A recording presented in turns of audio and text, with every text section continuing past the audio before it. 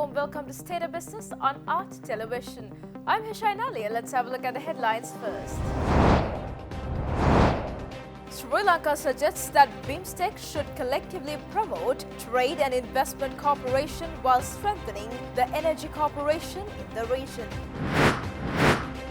Automobile industry laments on lower vehicle registration and the current import ban. News in detail.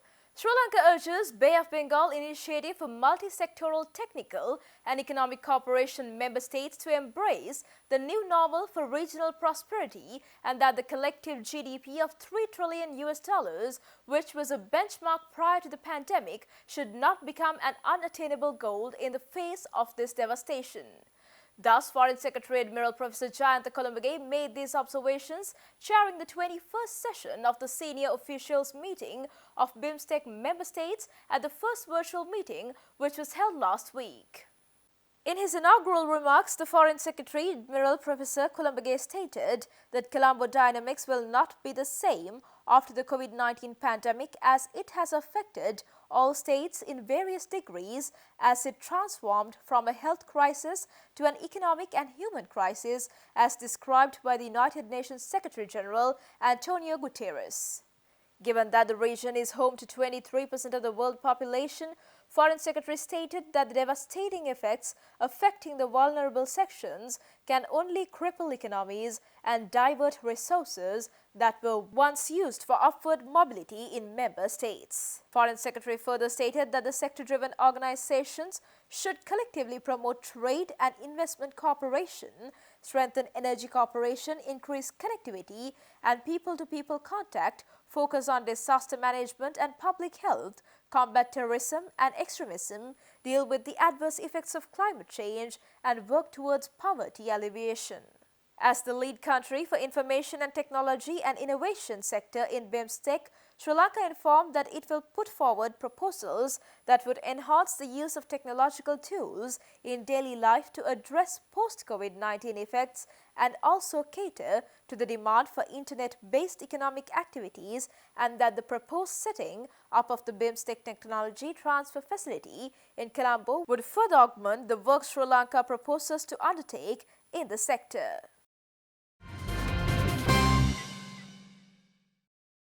Leading manufacturer of footwear and rubber products in Sri Lanka, DSI Group states that there is a huge demand for green products in the sector at the post-COVID-19 period.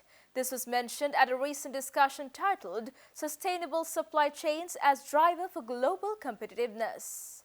Towards the last 2 years, we have seen there is a growing demand that is coming into sustainable products and sustainable rubber products especially. So now we see that the market dynamics are changing, and even the big retailers, as do supply to big German retailers, they are shifting towards converting their products into sustainable. With regard to footwear, it's a different experience because footwear was always challenging in Europe and the price played a big factor. Now we see post-COVID there's a huge demand towards green products, as correctly said.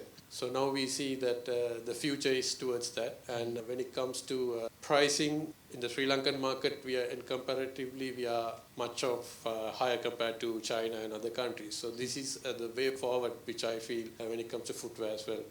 Speaking further, the subject experts at the panel discussion on sustainable supply chains as driver for global competitiveness added that companies and SMEs needed to comply with the certificates on sustainability even though it is challenging.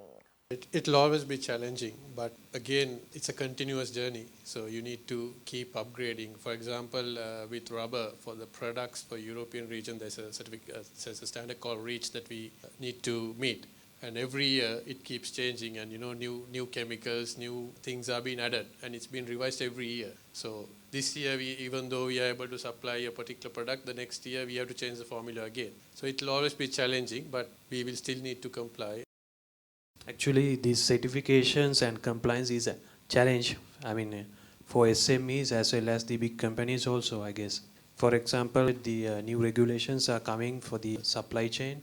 Not only that, even EU regulation, new regulation is coming for the organic foods, especially for the exports by January 2021. So there are a lot of changes are coming and it's dynamic, but we have to, however, manage these things. Especially companies should have some professional people for those matters and they should be able to handle it. We cannot isolate in the world because if we are not supplying, somebody else will take that chance.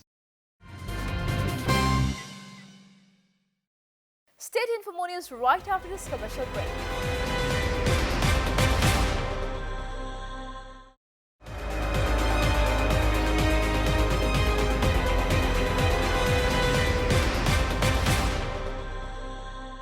Welcome back after the break.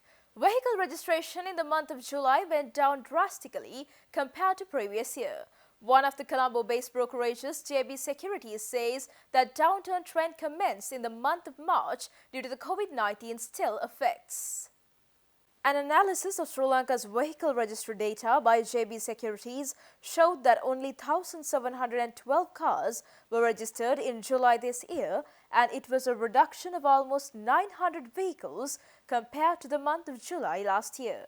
They also showed that even in January this year, 2,536 vehicles had been registered and the downturn had badly affected the automobile industry. Motor car registrations were down to 1,712 in July from 2,032 units a month earlier, while three-wheeler registrations fell to 635 from 1,098 a month earlier.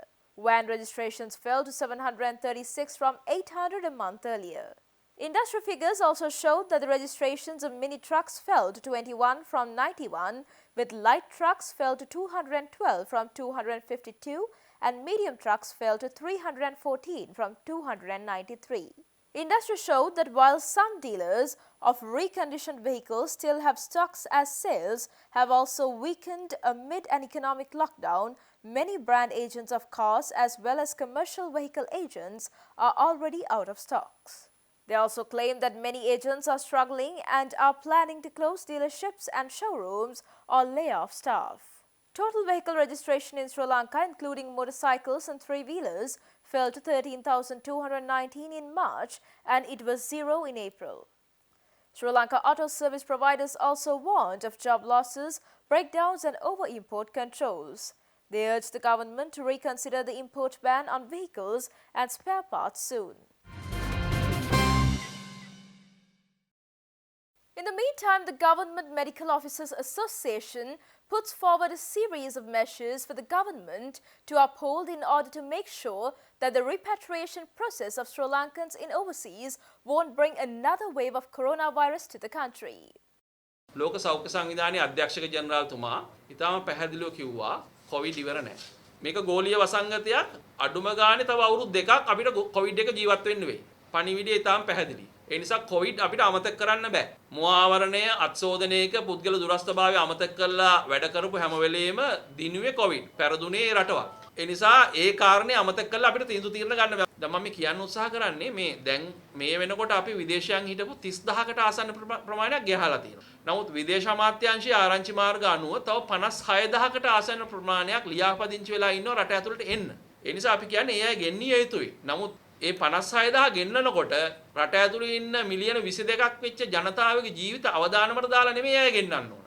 ඒ හින්දා තමයි මේ පියවරෙන් පියවර මේ කියන්නේ. ඒතර පළවෙනි පියවර ගුවන්තොටුපළ රට ඇතුළු වෙන තැන් ටික කළමනාකරණය කරන්න ඒ ධාරිතාව බලන්න ඕන. දෙවෙනි එක නිරෝධායන මධ්‍යස්ථානවල ධාරිතාව මොකද්ද කියලා බලන්න ඕන. තුන්වෙනි එක අපේ ශේෂ්ත්‍රයේ තියෙන ධාරිතාව. ඒ අය ගෙවල් වලටත් යනවනේ. ගෙවල් වලට ගිහිලා නිරෝධායන වෙනවනේ. එතකොට නිරෝධායන ඒ ගෙවල් වල වෙනකොට ඒක කළමනාකරණය කරන්න අපේ මහජන සෞඛ්‍ය කාර්ය මණ්ඩලය ඇතිතරම් ඉන්නවා. ඒක බලන්න. හතරවෙනියෙන් රෝහල් පද්ධතියේ තියෙන ප්‍රශ්න.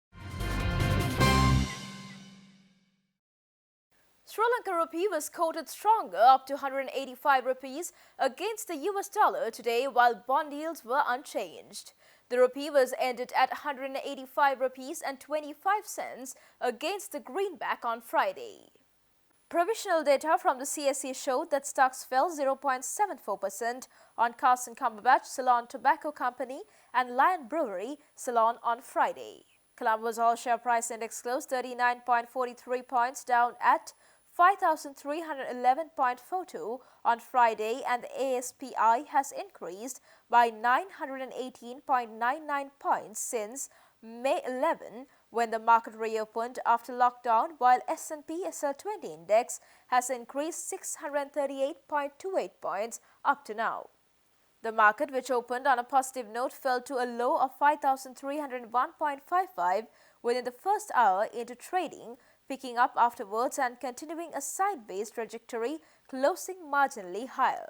In the secondary government securities markets, bond yields were unchanged in dull trade, with no liquidity seen in any of the maturities across the board when the trading began this morning.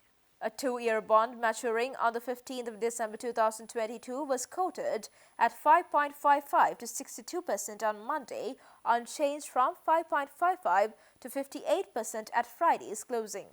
A bond maturing on the 15th of January 2023 was quoted at 5.60 to 61% on Monday, up from 5.58 to 63% at last week's close. A bond maturing in 2027 was quoted at 6.92 to 7%, stable from 6.92 to 97% at Friday's closing, and a 10-year bond maturing in 2030 was quoted at 7.25 to 40%, unchanged from 7.25 to 40% at the previous day's closing. Stay tuned for stock updates.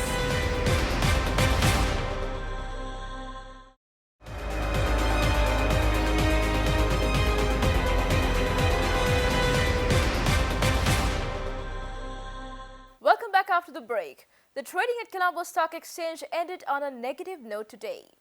The All Share Price Index dropped 0.75 points to close at 5,310.67, and the S&P SL20 dropped 13.68 points to close at 2,307.89.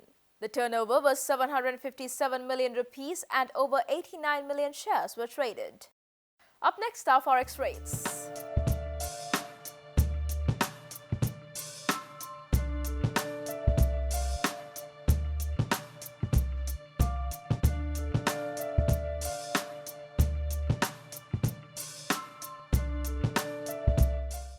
And that's all news for today. See you tomorrow with State of Business at the usual time. Until then, take care and good night.